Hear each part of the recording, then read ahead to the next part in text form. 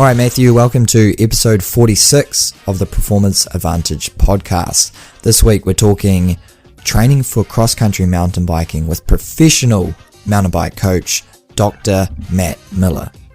The show sponsor for today is Fern Glen Farm. Fern Glen Farm works with sheep milk for athletes. It's crazy, but sheep milk has twice the protein and calcium of cow's milk, all the essential amino acids. It contains only A2 proteins, which are way better than those silly A1s. It's also higher in iron, magnesium, phosphorus, zinc, thiamine, riboflavin, medium chain fatty acids, linoleic acid, vitamin A, C, B1, B2, B6, B12, and D.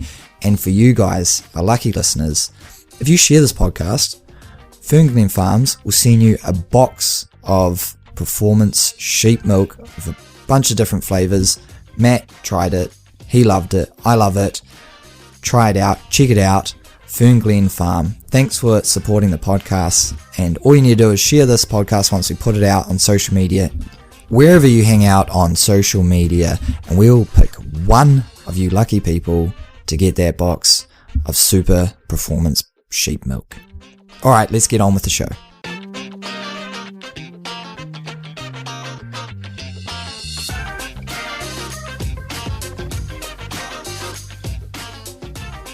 Alright, Matt, what have you been up to these last few days? Yeah, I guess lots of things. Tell you what I've done is I've joined in on some training sessions with one of my athletes, which basically means that when we're doing threshold workouts, if we're going up a hill, I'm trying to get a head start and then I'm getting caught and passed. Or if we're on the flat road, I'm drafting and hanging on for dear life. So it's been pretty good. Oh, yep. Sounds like a bit of fun.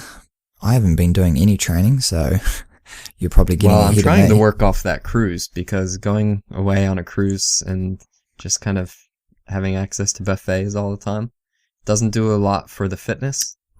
It doesn't really do a lot for anything. Right, because you went on a cruise around South America, didn't you, with your family? Just a short one, but, you don't do much and you eat a lot, and because it's just everything's available. And then traveling back to New Zealand, just trying to get back into it for the autumn. We've had some pretty great riding weather, so just been getting amongst it on the road bike, did a bit of running, and obviously lots of mountain biking. It's awesome.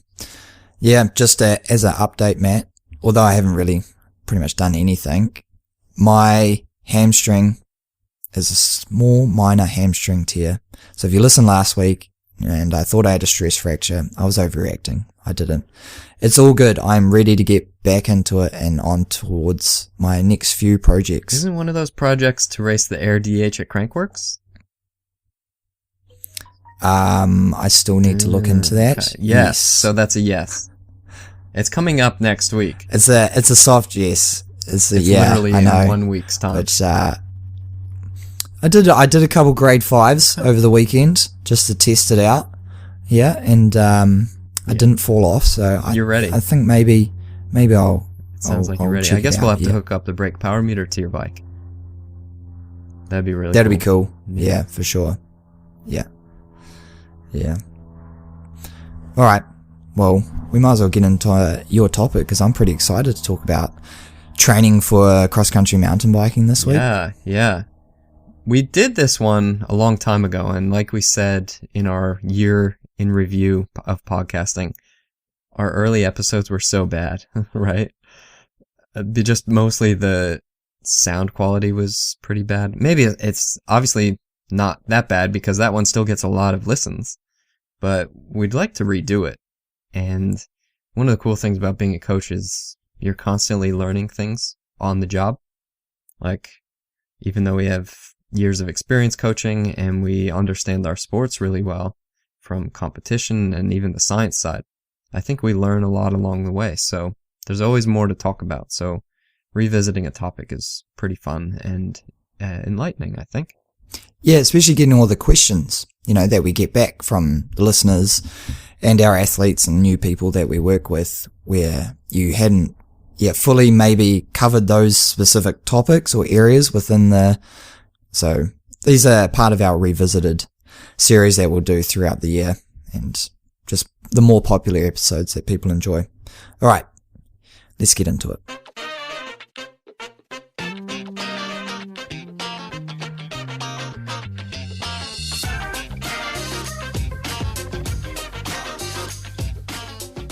Dr. Matt's Training for Cross Country Mountain Biking chat is brought to you by smartmtbtraining.com. This is Matt's very own self-coaching software. So it sets you up with like oodles of different training plans. His like whole workout library, which you can just grab workouts, drag and drop them into your calendar. He's got a mobile app. It's all accessible, currently on special for just $99 a year. That is nuts. That is crazy for the amount of training plans, strength and conditioning plans, videos, articles. It's all in there. So if you like what Matt's saying today, you can just go in, $99 for a year, smartmtbtraining.com, and get all his information and pick his brains behind the scenes. All right, Matt, let's go. Tell me, how do I train for cross-country mountain biking? I don't know. We talked about this yesterday, like, how are we going to structure the podcast? I was like, well, I don't know. I think I actually need some time to prepare. And your response to me was, well, actually, this is your job. So if I asked you a question right now, you'd be able to answer it. So that's kind of what we're going to do today, is that you're going to ask me specific questions and I'm going to answer them to the best of my ability. Yes. And hopefully not trip up. One of my questions is road cycling, mountain biking. Is it the same? Like, is it the same kind of training?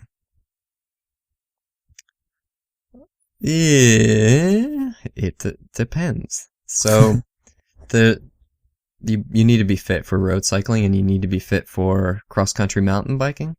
Like, the reason I asked this question is like, you can't just mountain bike 24, like for every single ride. Most people don't have access to like the trails like that, or even like cross-country specific ones. A lot of it is like up a hill, down a hill kind of thing. So a lot of people train on the road. Can I just train on the road and then upskill in the weekends? That kind of, that's what I mean. Yeah, I think a lot of it depends on accessibility. There are some athletes that I've worked with that don't even have the opportunity to ride on trails or even on the road until the weekend because they're, travel a lot. They're stuck on the smart trainer in the week.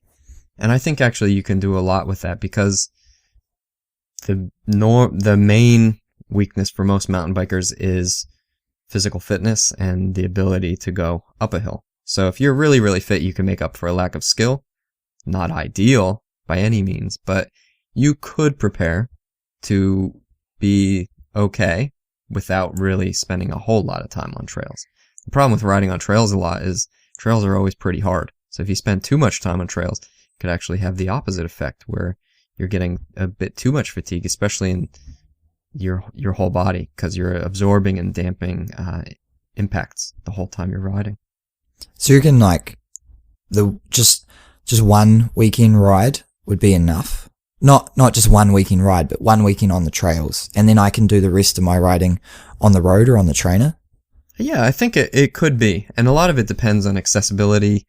So like you say, like some of our trails locally, it's 20, 30-minute drive to get to the trail. So if you're looking at that both ways, you're talking an hour eating into someone's potential training time. So a lot of athletes will just reach for the road bike because you can be training right out your door. And it'll really depend on what the athlete's weaknesses are. So if an athlete's skills are really good, then maybe they don't need to be spending a whole lot of time on the mountain bike. Obviously we love it. Like, we're mountain bikers. We want to spend time on the trails. So most of us are going to be spending most of our time on the trails anyway. But if you're limited and you don't have great access to trails, I don't think it's a huge worry for you. All right. Because also the other thing, I've been riding my mountain bike a bit since I've been having some time off running. And, man, I go too hard. Like, I love Strava. Love to get a good PR. Because not just like trying to match up against everyone else, but the good thing about Strava on the trails is like you get to immediately, what did I do on Eagle vs Shark, as you do, like some of my favorite ones. And I'm almost at the point where I just can't just cruise down because I just want to be a bit faster. And also some of the climbs are just hard. Just hard to get up them on a, I think my bike weighs about 13 kgs. To haul that thing up a hill is pretty hard. Yeah. It's definitely not as easy as like rolling around on your road bike. Yeah, that's for sure. Like, mountain biking's just inherently hard. Even if you're trying to go easy, there are going to be some bits that are pretty hard. So whether that's going up a hill or down a hill. So, and it's really hard to get that good balance of having fun and not riding too hard all the time. So normally when I'm, for example, planning someone's training program or some of the training programs that I have available, what we're planning for is that the mountain bike rides that you have, they're gonna be pretty hard. So we're making sure that the rest of the time, what we're doing is we're not doing too many intervals because we don't want too much intensity throughout the week. Ah, right. That's a good way to do it. Because when you want to get out, if you're only getting out on the trails once a week, you want to make the most of it. You don't want to be like heart rate restricted, power restricted, because you're not going to do it. Yeah. All right. So especially for in the gravity fed athletes, because what they want to do. So this goes for cross country athletes as well that need to work on their descending. You can't go slow on a descent to get better at riding down a hill. So there needs to be an element of riding hard even on the descent. So what makes way more sense is to make sure that a mountain bike ride usually has a hard element to it, or that it counts towards one of your hard weeks, because it's hard rides of the week, because it's going to be pretty hard anyway. Yeah. And most people for cross-country mountain biking, they've got 3 to 4 days per week to train. So straight off the bat, I want to know how to structure my week. What are you going to give me? Well, I would have to do some profiling on you to figure out what your weaknesses are, right? So that's what I would do working one-on-one with an athlete. And there are some athletes that come to me that their skills are their limiting factor. Mm-hmm. And that's not uncommon, because to be really good at cross-country mountain biking, what you need to do is be really, really fit so you can get up the hills quickly. But you also need to be really skilled so you can get down the hill smoothly without wasting a lot of energy, and also not lose any time. So a lot of athletes come to me where skill is the number one thing that they need to develop. That's pretty hard to train remotely. So a lot of times I'll recommend like a technique, a mountain bike skills technique coach, like Harlan Price, who we had on the podcast before. He was here visiting to test the brake power meter. Those guys are great, and girls, because they're one-on-one showing you the techniques that you can work on. So I've tried to, build some technique workouts within the training plans that I have. And for some people, working on fitness during the week and working on technique on the weekends when they can get to the trails is a really good mixture. Yeah. And when we talk about cross country, I guess we have a couple different events, because locally in New Zealand currently we've got some big races like 50 kilometers, 80 kilometers, 100 kilometers. There's a few hours. So there's like that kind of cross country, and then there's the racing, which is, an hour to 90 minutes, which feels like an all-out effort for that whole entire time. If I'm doing the 90s, I'm doing the cross country racing, doing my local series, maybe a national series. It's hard, man. Like, it's really hard. Like, how are you going to prepare me for those? Because it feels like I need a lot of power, like in and out of those turns, up those short pinches. Like, nothing was constant. Do I have to incorporate that? Like, am I doing sprints or am I doing more threshold stuff? Because it's not like it's sprinting out of the corners, but you do have like these feels like it. Yeah, it does. It does. But it's also within an hour and a half race, so it's clearly not sprinting, although it feels like it. Yeah. Like, So there's a differentiation that needs to be made with the different kinds of mountain bike racing. So you have cross-country Olympic, which is your standard, XC kind of race, which is 90 minutes or less. And that's what especially in New Zealand, that's what most people end up doing, because we have a lot of club races that are pretty short at about an hour. And a lot of the bigger races, such as national championships and things like that, are going to be cross-country Olympic style. But then we have lots of these underground style events, which have a huge following. That might be 80Ks. And you're talking, they're taking you up the biggest, gnarliest climbs, the longest descents. You're out there in the middle of nowhere, and the adventure is really part of it. Yeah. Whereas, cross-country, you're doing small loops over and over, and it's more head-to-head racing. Made to be short, so it's maybe more exciting to watch. Whereas with the longer stuff, the marathon-style racing, they call it, marathon mountain bike racing, no one's really going to watch that. You just, have your loved ones out there handing you bottles, in the middle of nowhere, so that way you can stay hydrated, and that's about the extent of the people watching. But with each of those kinds of racing, in a way, they pretty much need the same kinds or similar kinds of fitness. So we know this because if we look at, if we think about how the muscles work and then what they're actually doing within the race with their power output, we can make that call of kind of what the fitness aspects are that they need to work on. So the first thing to consider is what you do in cross-country mountain biking, and that's go hard and have a rest. Hard and have a rest over and over and over and over. So we know that if we sprint all out one time, we're going to be really, really tired and need a long break. So we don't do that all the time. In terms of power output when we're mountain biking, they're actually relatively low intensity sprints, even though they look like they're high intensity. And that's because you're paying for the start effort that you just did. So what we end up doing really in a cross-country mountain bike race is we end up averaging our power output is somewhere around our threshold. And actually to be able to sprint over and over and over, or do a high intensity effort over and over and over, and not get slower as we go, the best thing that we can do is to work on our ability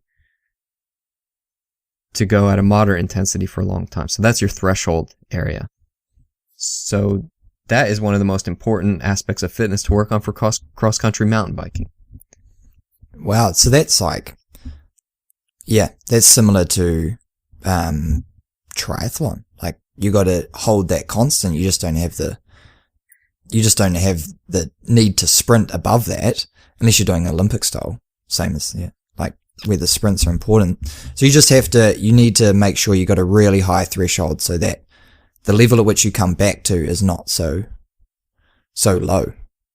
Yeah. So this, the first research study I ever did, we were there because there's this test called the FTP test, which is kind of a standard in cycling. It's your functional threshold power, and it's a way to do a test on an indoor bike to figure out around what your lactate threshold is. So lactate thresholds, it's just well accepted in cycling because it's just well accepted in cycling. So that's what people have brought around for years. And it is metabolically, it is the line of no return. You start going above here, you can't really, you can't sustain it forever. Below that line, it's you can start to, the longer and longer you can sustain things. Yeah. Yeah. Yes. And that's why, right? Yeah. Yeah. Yeah. It's this high-end aerobic ability is super important for cycling. So mountain bikers came in and they're like, well, what we need to do is we need to work on our high-end aerobic ability and be able to do pretty much what road cyclists do. Did they change their voice like that? It was probably more like, we need to do what road cyclists do. Something like that. All right. Yeah, cool. Yeah. So I'm a young scientist here, and I don't really have a really good understanding of what the muscles are doing. So I thought to myself, well, actually with cross-country mountain biking, what we do is we do a hard effort and recover. A hard effort and recover. And it makes sense if you've ever tried it. And it makes sense if you look at your power output. So what I wanted to do was to design a field test where you could measure your ability to do a hard effort and recover. So we designed this test that was 20 minutes in length, just like an FTP test, and you did a 40-second effort as hard as you could, and then had a 20-second recovery. Mm-hmm. So you did that for 20 minutes. 20 minutes? Yeah, that's pretty painful. That's a pretty long time. But we wanted it to be similar to the FTP test because we were trying to see, like, is this repeat sprint test representative of what you actually do in cross-country mountain bike racing? Can this predict performance better? So I'm sitting there thinking, well, yeah, definitely, because aerobic ability isn't that important. So we tested everyone. Yeah. And this was supported by PowerTap, who they've now been sold, actually. So they sent me a bunch of power meters and trainers, and I just went around to people's houses for multiple weeks and just had them thrash themselves in these tests. And then at the end of this test, all these testing days, we set up our own cross-country race. And I think I ended up with like 12 or 13 people. We all did this cross-country race. I had my dad out there like keeping lap times and, with a stopwatch, writing it down because I was racing. And we looked at some relationships. So does this repeat sprint test, I think I called it intermittent power test, does this predict performance better than the FTP test? And it did slightly, but in the end it didn't. They were pretty much the same thing. So if you were really good at doing a repeat sprint, you had a really high FTP. And if you had a really high FTP, you were really good at doing sprints over and over. And if you had a really high FTP and you could do lots of sprints over and over, you had a really fast race time. So I was like, how could this be? Like, this doesn't even make sense. Cross-country mountain biking is hard effort over and over and over. So I looked more into like what's actually going on in the muscle. And there's some older research from one of the scientists that was originally involved with Lance Armstrong, kind of helping him out understand training, things like that. And his paper said your ability to do hard efforts over and over is based on your aerobic efficiency. So it's that FTP level, your highest level of aerobic efficiency. So if that's good, that's how you're able to do repeat sprints over and over and over. And it blew my mind. We got that study published, and that was my first publication, Journal of Science and Cycling. And it's my most read paper ever. And I think for me, it really came as a surprise. So like that, I was like, well, I guess we need to work on this for cross-country mountain biking. Yeah, that underlying fitness. Right. And it didn't really make sense to me because I had always trained where I was just pretty much thrashing myself. Mm-hmm. And we talked about how that went, right? Overtraining episode, yeah. Yeah. Because when you're constantly thrashing yourself, doing what you think your sport needs, you have the potential to overdo it. And that's not ideal. Yeah, we all have those light bulb moments, I think. Like, it's the same with me when I realized that not eating carbohydrate, like I went over in last episode, if I was completely avoided fat, I'd not get fat. As went through that process, and it's the same kind of thing. But why do you think it's so hard to grasp that concept of having that underlying fitness will raise every single level, maybe not like peak power output, because that's very specific, but if I want to run a marathon, why don't I just run at marathon pace all the time? And then that will improve, right? Like, why do we miss that, the whole scope below it, do you think? I think the reason in mountain biking, especially cross-country mountain biking, is because we know what a race feels like, and a cross-country mountain bike race is really, really hard. You're pretty much on the limit the entire time in terms of your feeling. But the main issue there is that the whole time, what most people are doing within a cross-country mountain bike race is they're paying for the really hard effort at the start where they overpaced. Yeah. So if you went out there and you did a maximum effort right now, you'd be paying for it for a long time, right? Like, I always use the example of like sprinting to the donut shop. And I always gave that example when I was teaching these kind of concepts. Like, if I sprint to the donut shop, I'm standing in line, like paying for that sprint for a pretty long time.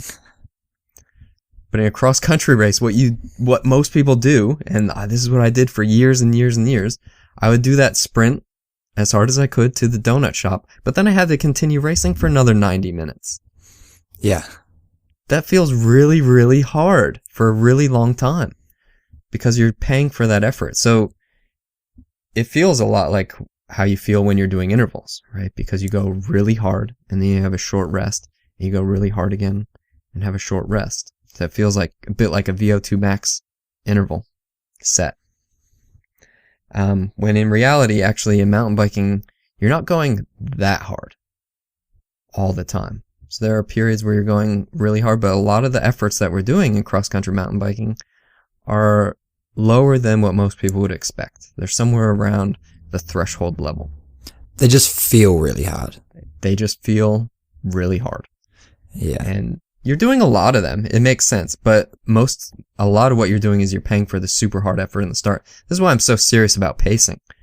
What most of us can do to improve our performance is just work on our pacing, and we'll suddenly perform way pacing. better. Love a good pacing. Love it. Love pacing. But we can't not, like, so the way to improve aerobic capacity is to, on my mountain bike, cycling, just ride easy. Yep, you need to ride easy sometimes. We can't ignore that. Like, you have to do the intervals, right? Like, I got to train. Yeah, for sure. I got to train the hard, like those repeated sprints. Otherwise, I'm just going to be really fit. Right. That's exactly right. So we spend a lot of time in training for mountain biking just getting really fit and working on our ability to deliver blood, working on our cardiovascular system, working on our ability to deliver and utilize oxygen. Like, that is a huge limiting factor. Like, all of those are the hugest limiting factors, and that's why most of us aren't pro. Because we don't have this huge ability to deliver and utilize oxygen. Yeah. That's what's holding us back. But of course we need to do those hard efforts because we need to work on the other aspects of our fitness, like being able to quickly convert lactate into fuel, which is super important because that's going to be circulating around from the high intensity efforts. We need to do that for sure, without a doubt. But if we're always spending our time going really, really hard, what happens is we start to overlook working on our fitness. Yeah. And that's what a lot of us miss out on. Yeah. Then what do you have to say about some of those studies, which is like, you can do HIIT training, like high intensity interval training, like every day or like 3 times a week for 45 minutes or 30 minutes, and you can improve your VO2 max. Well, the first thing is that VO2 max doesn't really mean anything for cross-country mountain bikers. The main thing that we're concerned about is with our VO2 max, if we ever do a VO2 max test, is where on that spectrum our threshold lies. That's the most important thing for the VO2 max test. We find out how close our threshold is to our maximum capacity, and we figure out if there's any leeway in there to kind of improve. So just by improving VO2 max, we may improve our cross-country mountain bike performance, but it doesn't mean we're going to continuously improve our performance forever. Because the main issue with doing high-intensity training all the time is that you get tired really quickly. And I know, I've been there. You can only do so much before you really need to pull back. And if you're doing a lot of that and also trying to work on your fitness, like your aerobic fitness at the same time, then you can really get tired really quick. So it's about balancing the two. And that is the magic in training. Not what session you're doing, not how many times you stand on your head and juggle a weight with your eyes closed and balance on a skateboard. Although some people do them. Those are cool. It's more about when to do different things based on when we want to perform. Right. So I've got 3 to 4 days to train for my mountain biking. What does very standard week look like for me? Well, not for me, for the like example person who has 3 to 4 days a week to train. Yeah, we'll use you as the example. Okay. That's pretty good because you're there now, right? Because you haven't trained in a while. Yeah. 2 weeks. Yeah. Usually what we like to do is start the week off pretty hard. I think I've found over the years that that's a pretty good way to do it because you start off, usually what most athletes do is they have a Monday off. Like or as an easy day, right? That's like almost standard across the board is like your Monday is pretty chilled out. Yeah, Training Peaks should just put either recovery/easy day on Mondays, just as a just default, automatically. just to stop I'm us tired putting of dragging it in. Yeah. I constantly have to like type in rest, and then I copy paste. I'm just automatically, pretty much every Monday for most people. That was me yesterday. I gotta say, after doing a few of those sessions with my athletes, I was pretty tired, so I just went fishing instead. But so we'll have a Monday resting, and then Tuesday's a nice day to do something really hard and get your hardest workout out of the way when you're really fresh and ready to go. You don't have any fatigue really built in from that 7-day block yet. So you're pretty much as fresh as you can get for that How week. much of most sessions for your everyday weekend warrior going to be around an hour, right? Yeah, I think the harder it is, the shorter it should be. Yeah, and what are you making that hour up? Like, is it all hard? Is there like 15-minute warm-up, cool down, and you're doing, there is, so very concentrated effort. Yeah, for sure. It depends kind of what we're working on. But yeah, I guess when we're doing that really hard workout, it's going to be pretty short. Like you're going to want to get it done in an hour, hour and a half. And you're talking something where maybe you're doing 5-minute VO2 max efforts at the longest, where you're going like pretty hard, or at the shorter end, maybe we're doing like 30-second repeats and then resting in between them. Because the whole point is when we're going hard, the harder we go, the longer we need to recover in between these efforts. So if we're doing something like a 30-second effort, we need an equal amount of recovery in between that. We could do a few of them before we need to take a longer recovery. And that's one of our standard workouts where we do like 30 seconds at VO2 max pace, 30 seconds rest. Do that 5 times, recover for 5 minutes, and then do another set. And that's going to be pretty standard for us. And the harder we go, the longer of a recovery we need. And what would be the biggest mistake people make with interval training? Interval, like within the session, not like, doing them too often or whatever. Yeah. I think the biggest mistake is going to be going way too hard for the first one. And I know I always made this mistake when I was training with heart rate because I was like, okay, well, I know what my heart rate zone is for this 30-second effort. So I pretty much go all out for the first effort just to try and get my heart rate up. And then I'd suffer through the rest of the efforts. That probably wasn't the best approach because what it meant is that I went all out for 30 seconds, just like how I would in the start of a race to get my heart rate up. And it felt like I was working really hard. But then what probably was happening is that in the next effort I did, my power output was down, lower, because I was trying to match that heart rate again. It takes a long time for your heart rate to actually get up to match the effort that you're doing. And especially if you're going straight into something like that hard. Yeah. Oxygen deficit. Yeah. Recovery time on that. Depends on fitness level as well. Yeah, sure. Like the fitter we are, the faster we can match that effort with delivery of oxygen. But still, I think what I usually recommend is for athletes to kind of pull back on those first couple efforts in a set, just a little bit, especially when they're training with heart rate. If you're training with power, so like with Smart MTB training, for example, and all my Training Peaks training plans, they all come with a power, a file for a Smart Trainer, right? So you can download that straight to your Smart Trainer, and then it's at the power that it's meant to be at, so you can't overpace. And I found that that's actually been really handy for working with athletes anywhere, and I can see what's happening to their heart rate. It's pretty low in the first couple efforts, and the next few sets, then it starts to get up to where they need to be. So that's been great, is seeing athletes do that. That's pretty good. I put you on the spot there with the the biggest mistake. There's a good one, actually. I wouldn't have thought about that, but that is very true. Yeah. Like getting over, even with power though, you can be like, no, I can hold more than this. But yeah, there's a lot more of them, those intervals than you think. All right. Cool. So we got our interval on Tuesday. Then is that us? That's us for the hard training. Now we just do whatever we want.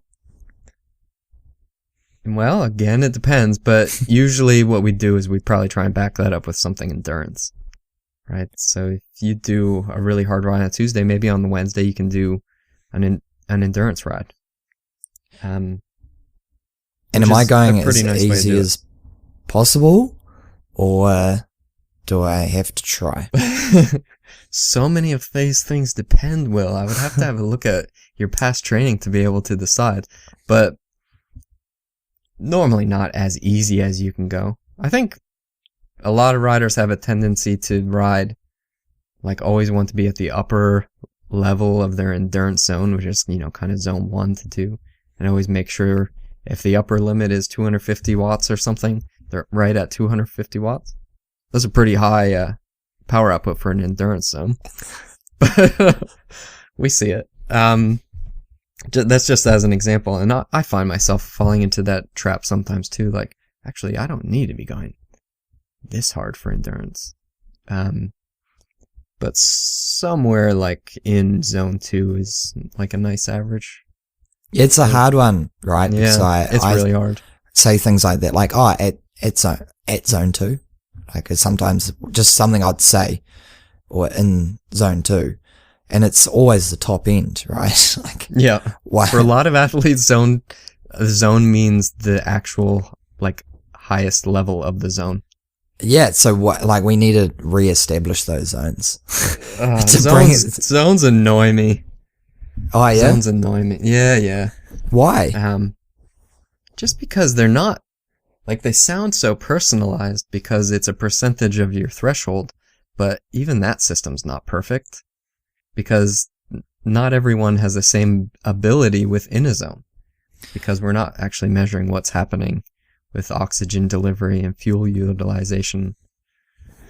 Yeah, so, I find zones, the same. Like, I find threshold, the aerobic threshold seems to be very well calculated, like set for a lot of athletes, right? Like, you can kind of, just through racing, once you've coached an athlete for long enough, you can see this pace, power output, heart rate, like above that, you start to diminish. But then how far you can go is so hard, right? Because like mine is massive. I've got this big zone 2 essentially, where lactate won't accumulate, but it still does accumulate at like like that equilibrium where it's like accumulating but clearing. And then above that, I can run a marathon at almost 190, like 2.5 hours, which is crazy. Yeah. Like I can maintain this really high, I guess like rate of lactate threshold. Like I have a higher capacity of that as well. But then for some people, they can be, I've run one of my training partners back in the day. We were like very, very similar, but his zones were all real narrow, right? So as soon as he went say, above 160, he went to 190 and burnt out. Like, but just below that, he was able to, like, we were the same, you know, we were both just cruising. And then if I went a bit above, I could go all the way up to 170 and it would barely even, like, register kind of thing. I'd just be hurting. And he would go up 1 beat and I'd go up 10, you know, but then below that, we were exactly the same, where we could cruise 140s and we're running about the same pace. But this capacity to go above that was just, like, dramatically different. And that's hard. It's hard to explain, right, in athletes where, like, I did this. How hard was that? Yeah. Like, oh. Yeah, it's pretty tough. And a lot of athletes differ in how long they can maintain even a zone 2. Some athletes can maintain an upper end of zone 2 almost forever. Whereas others, they can do it for maybe an hour and a half and they start to need, like, a snack. Right? And it just comes down to efficiencies at different levels. And especially at mountain biking, like, we just need to be really efficient at most levels because our sport demands us to, really. And we need to be skilled. Like, it's a pretty big ask as far as an athlete goes, like, that you need to be, like, pretty good at all these things. Yeah. And cross-country mountain biking is tough. It's a hard sport to train for. That's why I'm really interested in some of this stuff. All right, so we're doing our endurance ride. Yeah. Then if I'm training, I might be getting ahead of myself, but if I'm training 3 to 4 days, am I doing a quote unquote recovery ride? Or is that a waste of time? I think your time's probably better spent actually training because you're spending a lot of time resting. Like, recovery rides are nice, and I definitely, in my coaching arsenal, I probably used them maybe too much in the past, I think. Because a lot of times, like, endurance is also not that demanding. It's like an endurance ride is also not super hard. And if we only like have a you few said, days, for some people, 90 minutes at endurance, which on paper does not look that demanding. For some people, it is. it makes it really tough to just put a blanket, like, this is what you need to do. If you only have 3 days a week, though, I think doing an active recovery ride is not a good day of one of your days per week because you're spending 4 days a week recovering.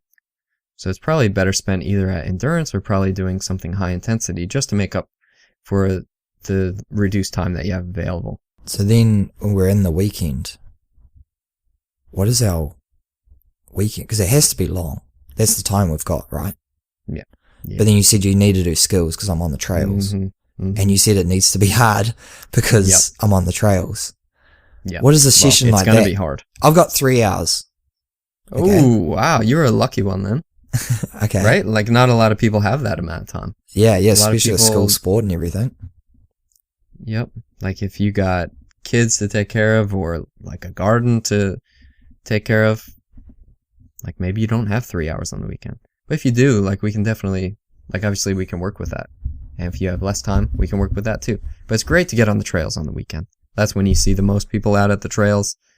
That's when you have a really good opportunity to ride with other people and maybe work on your skills. So the weekend's a great time to get in combination mountain bike ride that's going to be intense just because you're mountain biking and skills work.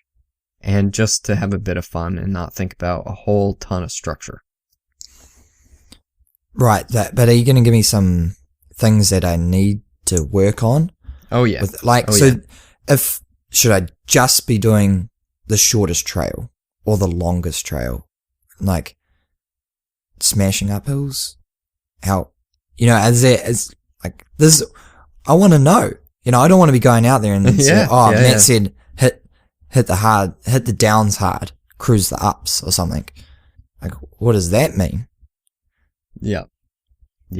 That's definitely, so usually what we do is we'll prescribe some sort of like a skill session because that's a great way to make use of your time on the trail, have a bit of fun, and to repeat something that you can focus on, right? If you dial in a skill really quickly, you can just spend the rest of the time riding at a normal, fun pace, which is normally how I prescribe it. Fun ride. Choose any pace, right? Because that's what we do when we're riding with our friends. We ride how our friends are riding. We go hard sometimes. We stand around, talk crap a bunch of times, and repeat, right? And then we go down a hill, try as hard as we can. Maybe we crash or something, get back up, and do it again. So yeah, I usually leave it pretty open for the athletes to choose their own pace, and then we give them some sort of a skill to work on. A lot of athletes don't want the direction of a certain skill to work on because they have a really good idea of the skills that they need to work on anyway for their specific style of racing.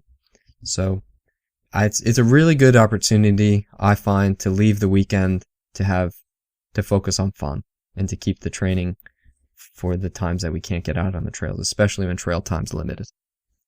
Yeah, right. Okay. So then we're pretty much done for our week. We're ready to start racing. Yeah, pretty much. We might do a threshold ride. So if we're not backing up a high intensity interval ride with endurance, maybe because we have even more reduced time, we'll do something like threshold. So either back it up or add it another day in the week, on the weekends if we can. And there's also the strength training element, which mountain bikers obviously there's a lot of advertising for them to think that strength training is the most important thing that they can do, which I don't think that it is, because it's not. But it's definitely an important element that we also add in. Okay, training. So we're done. We've kind of got our structure for the week in terms of like on the bike. Right now we've got off the bike. Like you said, it's important. And that's a lot easier to fit in, I'm sure, for a lot of people. Like at a lunchtime, you might be able to head over to the gym, right, and get some, just because you're in town or whatever. Like you don't need to have a bike available, even traveling. What do we need to do it? Do I need to be strength training? You should be. Yeah. Okay. Yeah. Cool. Pretty much every athlete I work with is doing strength training at some capacity. So for example, on Smart MTB training, we have the home full body circuit. So it's a circuit. I do it pretty regularly. You don't need any equipment. I just do it like in shorts in my lounge. Don't use any equipment. You're doing pretty standard strength movements that is in some way incorporating most muscles of your body in a different way. And that's actually the real benefit of strength training, is that we're recruiting muscles that we don't normally recruit.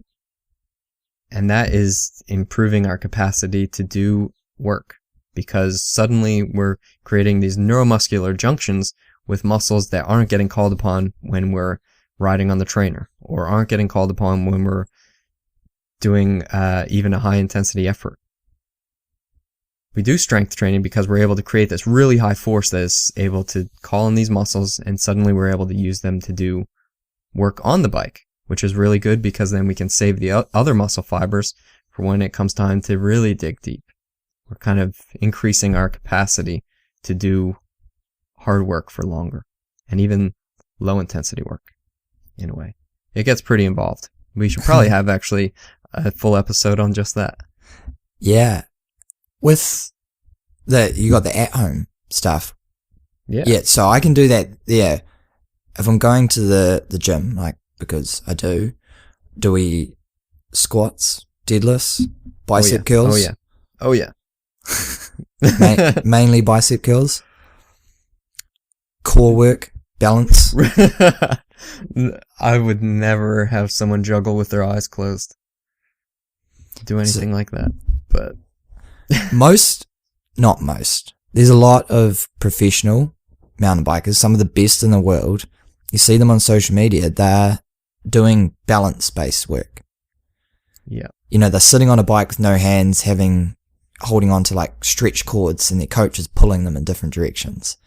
Maybe they're on rollers, or maybe they're standing on a BOSU, balance ball, juggling. Like, why do you think that's not important? Like, it looks like it's going to translate to better bike handling. Sure. It definitely looks like it would. But I think for the pros, adding that kind of stuff at the end of an already intense workout probably makes a lot of sense, because first of all, they need to keep it interesting, because you can only do so many squats and so many deadlifts and so many pull-ups or so many bicep curls before it starts to maybe feel a bit boring. Yeah. So you do that, and then that's when you're doing your juggling or balancing on a skateboard or other things like that. So for them, when they have a lot of time to train, doing that kind of stuff really makes sense to keep it interesting, and because they have the time. Whether it's making the most difference to their performance or not, I don't know. Right? I don't think for us who maybe have 3 or 4 days a week to train that's what we should be focusing on. Right? If we have 1 hour a day in the week, our time could be much better spent.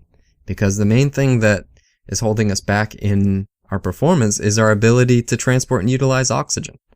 So maybe we should spend way more time to do that. Okay. Just gonna cross juggling blindfolded off of my program then. Yeah. The other thing, so I often think about like, okay, why the heck do the pros post all this stuff on their Instagrams? Like this is the only thing that they do. That's what it seems like. But like, who wants to watch on someone's Instagram story? Who wants to watch a squat?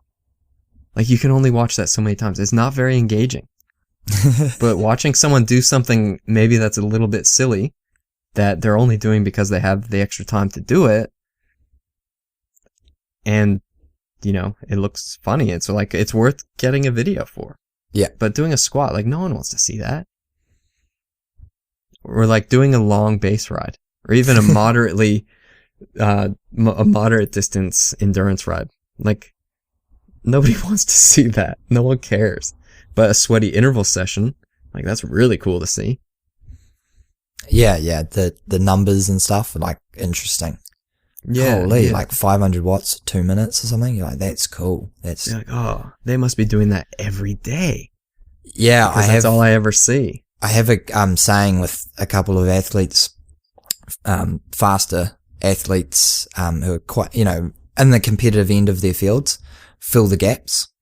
We have a saying, fill the gaps. So you put on social media what you need to put on, and everyone else will fill the gaps with you doing that same thing every day. Yeah. Right? Like if I post up 2 4-hour runs, right? Like I run a marathon on Wednesday and then in the weekend, people think I do that all the time. Yeah. Like it's the weirdest thing. It every day. Yeah. Like, holy, I didn't know Will was running marathons every day.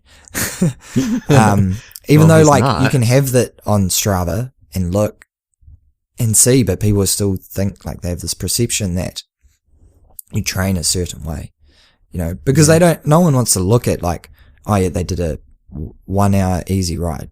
I'm not looking at, wow, they did this cool ass interval, like hill climb. They got the KOM up to Wes. Man, they must do that all the time. But yeah, obviously. That part's so funny about how we think we know what everyone else is doing, and then we try and mimic that, and either we can't, either we overestimate what they're doing, or we just can't keep up anyway, because we don't have that same level of fitness to be able to maintain it. So. Yeah. All right. So I'm not juggling blindfolded. We're in the gym. We're doing some stuff. Jumped on Smart MTB training. Got our training plan. Yeah. How many times should we be getting into the gym doing strength? Like, is one a week? That's all I can fit in. Is that all right? Yeah. If you can fit in 1 a week, that's better than fitting in none a week. Yeah. That's the way I look at that. And doing the home session, like, that's pretty short and it's not overly intense. But it does recruit our muscles in different ways, and it forces us to move in different ways. And I think there's benefit in that, even though we're not doing like moving massive weight. I think it's really good. All right. We're through training. I think, you know, I've got my week sorted. I've got my strength session. Yeah, so intervals every day and strength, you know. You'd be pretty good. Now I'm at the race. Yeah. What can I do? What can I do to maximize my performance in the race? Okay. Best thing that you can do to maximize your performance in a cross-country mountain bike race is to hold back at the start. But then I'll be behind everyone at the single track. I know. So I was pretty much the king of doing mountain bike starts back in the young days, and I could hang with pretty much anyone at our regional series. You know, some of the fast pros or whatever. I could hang with them for a few minutes, and then I'd pretty much die. So I figured, well, I just need to work on my starts. So I would start hard every time. I couldn't figure out why I can't finish with them when I can start with them. And I just realized eventually that my fitness wasn't at the same level of theirs, so there's no reason I should be starting with them because I can't hold it anyway. Let's just try and start easier. Started easier, and my performance started to improve. I started to actually go faster around a lap. I was like, wow, this is kind of crazy. And I found this out from looking at my power meter. I had my first mountain bike power meter in, I guess it was like 2011. Early adopter, right? On the mountain bike, yeah, the Quarks had just come out. So I had probably one of the first Quarks. Not one of the first, but one of the earliest for the mountain bike. I had a power tap before that. And yeah, I started to see how my power was decreasing as the race went. I was like, well, that's why I'm going slower every lap. It's because my power is going down every lap. And I started the race at like 1,000 watts in a way of like 55 kgs. What am I doing? So I just started to pull back at the start, and my lap time started to get even. And I was like, oh, well, maybe I can start to go faster on the last lap. And I did. So that is one of the biggest mistakes that people make, is overpacing when they start the race, trying to go with people that are definitely way fitter than themselves. So try and start easier, see what happens. You can only lose like a minute or two on the first lap. So if it was that easy, you'll be able to make it up at the end. What about like how? Like, I'm not going to just wait for everyone to go and cruise off. Like, how is you still have to go kind of hard, right? Yeah. I think it's worth experimenting with, though, going like kind of easy off the start, just to see, like, because you'll never try it unless you force yourself to do it. So you'll never know what's going to happen unless you force yourself to like just start off at like threshold and see what happens. Yeah. I would bet that you'd probably go faster. Just let everyone go and pass them later. All right. Just try it. Just try it. And within the race, is there anything I should be concentrating on? Because power's like sometimes a bit hard to. There's so much going on. Yeah. You know, then in my first like cross country Olympic mountain bike race, man, I was like overwhelmed. There's people, coming up behind me, and I was trying to concentrate, and I was trying to go hard, and there's a lot going on. If I'd known like actually I did, because we did that follow up race. It was only a few weeks later, and I started slower for one. Well, I had a new bike, full suspension helped a lot. But I tried not to push that. I got this advice from you, so I'm kind of answering my own question. Oh yeah. Go ahead. Tried not to, try, I guess. Yeah. Smooth, right? Whatever you're saying, like smooth is fast. Well, that's what Phil Dunphy says, for Modern Family. Slow is smooth, smooth is fast. And it's the same in riding down a hill. It's the same in starting a cross-country race. Be smooth. Be efficient. Be deliberate in what you're doing. That was it. I was like, thought about being efficient. Like, yeah. The way around, yeah. Well, because mountain biking is about cross-country mountain biking is getting around a lap in the shortest time possible. And there's about a zillion ways to do it. One of your methods is to cut the course. Excellent. Which I'm not going to let go. But it's all about efficiency. So if you just think about performance as being the most efficient body that you can be, within that given distance over multiple laps, that is when you will get your best performance. All right. Yeah. So yeah, I think, and one of the things that helped you when you were riding more efficiently is that you switched from a hardtail to a full suspension bike. Yes. And this is one of the things that really, that I feel very passionately about, is that full suspension bikes are faster, no matter what kind of the course. Oh, so you just don't even think hardtail. No, hardtails are slow. And the biggest reason, it's not because of how the wheels are rolling per se, but it's because every time you hit a bump, you need to stand up with a hardtail. So if you're going down a hill and you're hitting bumps, you need to stand up. Otherwise, it's bouncing you out of the seat. If you're going up a hill and you hit a bump, you need to stand up. Otherwise, it's bouncing you out of the seat. So what we have to do is we have to stand, which takes more energy because suddenly we're supporting our body weight. So this means that whether we're going up or downhill on a hardtail, we spend a lot more time using our upper bodies and our lower bodies just to hold ourselves up. Plus, they're bumpy. They just rattle around a lot. Smoothness was game changing. Yes, because with a full suspension bike, you can just stay seated a lot of the time and only stand when you really need to put out that extra power. So that saves energy just in itself. So if you think of the main goal of being really efficient, full suspension bike's going to help that. Yeah. So I think full suspension's faster. Hardtails look pretty cool though. I always loved how a pretty sick hardtail race bike looked. Yeah, it's so light. It's light as road bikes almost. It's crazy. It feels faster. Yeah, it feels faster up to a climb, pavement. man. Yeah. On a pavement climb, it's pretty solid. But there aren't a whole lot of pavement climbs in cross-country races in my experience. Yeah. So. There's not. There aren't any, no.